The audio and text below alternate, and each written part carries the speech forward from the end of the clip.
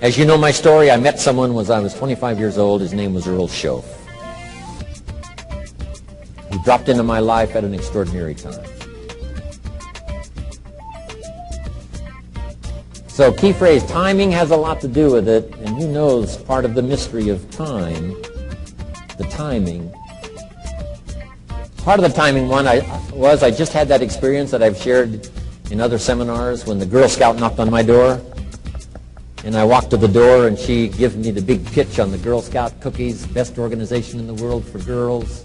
Got several flavors, time to buy the cookies, only $2. And with a big smile, she very politely asked me to buy. No problem, I wanted to buy. Big problem, I didn't have $2 in my pocket. And I didn't want to tell her that. So I did what I thought was next best. I lied to her. And I said, hey, look, I've already bought plenty of Girl Scout cookies. We've still got plenty in the house we haven't eaten yet. She said, oh, that's wonderful. Thank you very much. And she leaves. When she leaves, I say to myself, I don't want to live like this anymore. I mean, how low can you get lying to a Girl Scout? I mean, that's low down.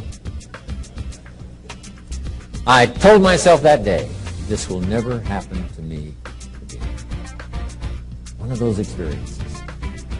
It's called like life-changing. I said, I'm going to search till I find better opportunities so my pocket won't be empty and the bank account won't be empty, and I won't be so far behind on my promises to myself. And it was shortly after that I meet Earl Schoaf, who taught me how to be wealthy.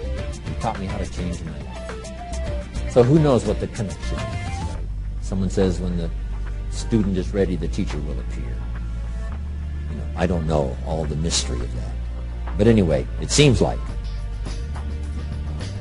some of those things uniquely happen.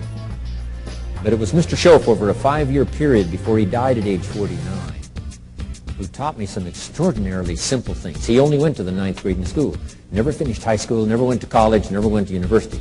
So he put his ideas and his experiences in very simple language, which I think for me, you know, a kid from the farms of Idaho, that simplicity was so important.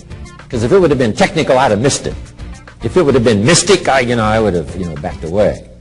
But it was just basic, blunt, ABC, familiar stuff that I hadn't thought of before. And he did start to remind me, and those ideas changed me.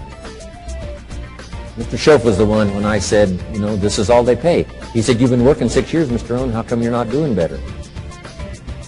And I said, this is all the company pays. He says, well, that's not true. I said, no, this is my paycheck. This is all the company pays. He said, no, this is all the company pays you. I thought, that's a new way to look at it, right? He said, doesn't the company pay 2, 3, 4, 5 times this amount to other people? And I said, well, yes. He said, well, then this is not all the company pays. It's all they pay you.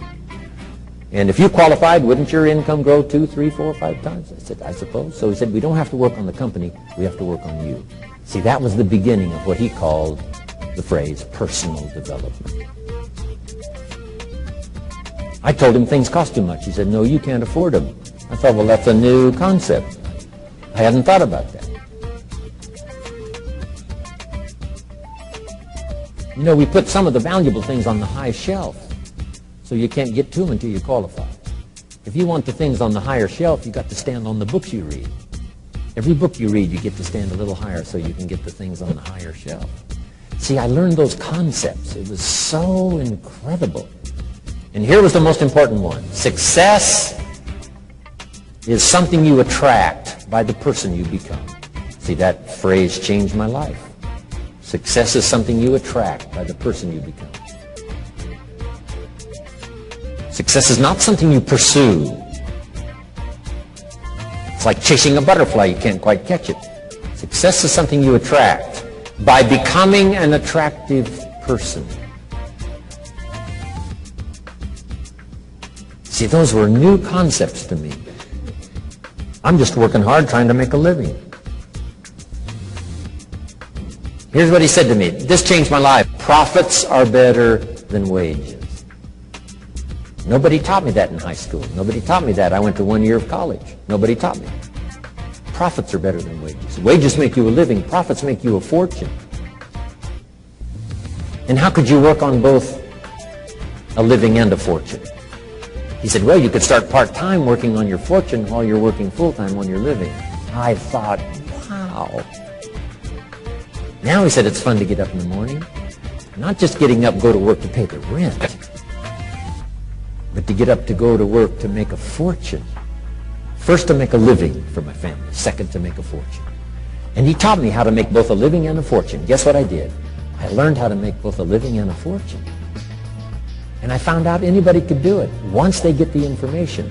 And at age 25, I started receiving this extraordinary information. Here's what he said. Your income is directly related to your philosophy, not to the economy.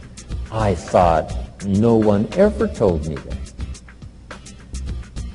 I kept hoping the economy would change. He said, no, your philosophy has to change. I assured him that I had my fingers crossed. He said, that won't help.